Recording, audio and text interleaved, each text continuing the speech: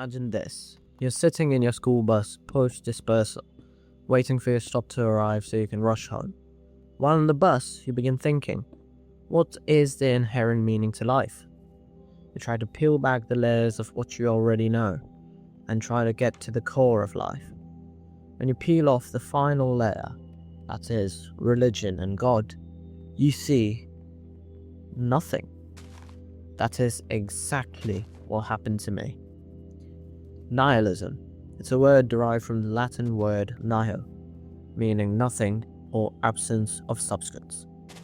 Nihilism is the belief that life as a whole is meaningless and has no inherent reason attached to it.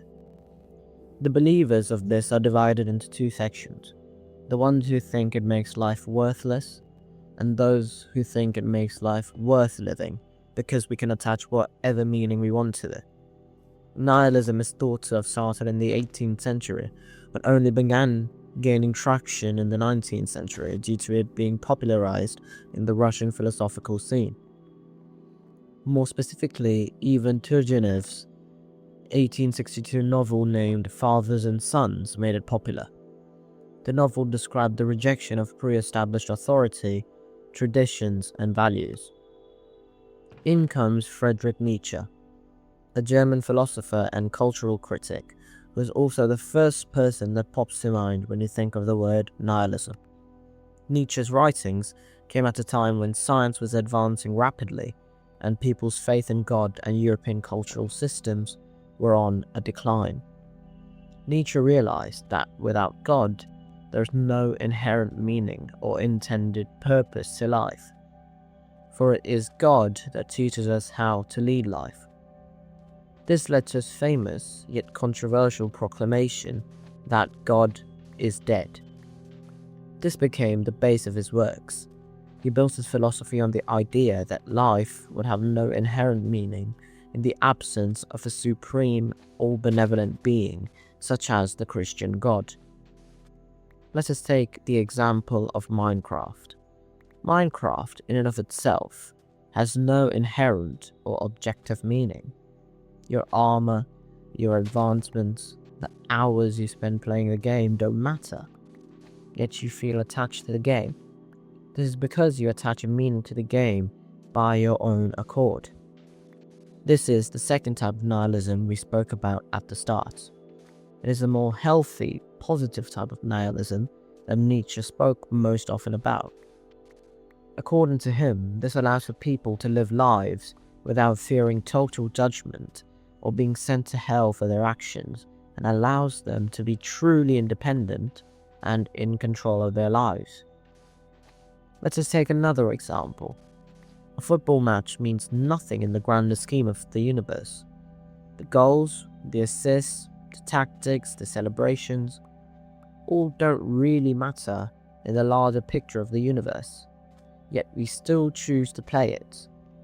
This is again because of the meaning we attach to it ourselves. We can then choose to enjoy the game freely because no cosmic being is policing us from the heavens above, or we can sit in a depressed state because nothing really matters and playing football is worthless because it has no meaning in the universe. These are two sides of the same coin of nihilism. Let's ponder upon a question. If you had known for certain that life has no inherent meaning, would you live life differently from that point on? Would you sit in your room in sadness all day? Whatever your answer may be, we can acknowledge that religion, and to some extent our minds themselves, have been the gatekeepers to a freer, potentially more fulfilling life that we could lead. In my previous video, I spoke about René Descartes' theory of cogito ergo sum, or I think, therefore I am.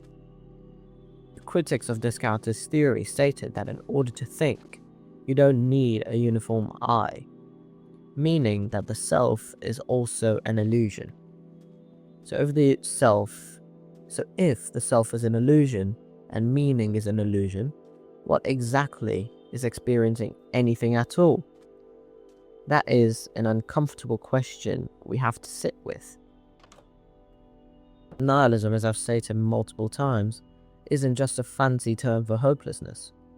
It has also acted as the launching pad for many other philosophies such as existentialism, absurdism, and Nietzsche's own concept of Übermensch, or the Superman.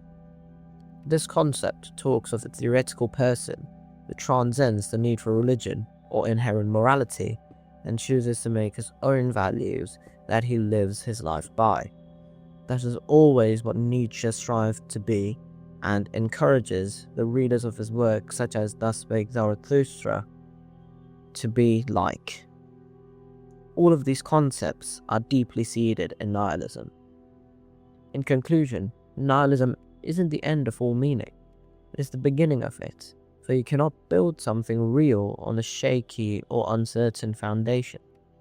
At least now we know more about the foundation using nihilism that can make future conversations on meaning even stronger and more concrete.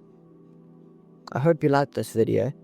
If you did, please like the video and subscribe for more such content. If you didn't like the video, you can comment what you didn't like, and I will try to improve on that in future uploads. Until next time, stay curious and bye bye.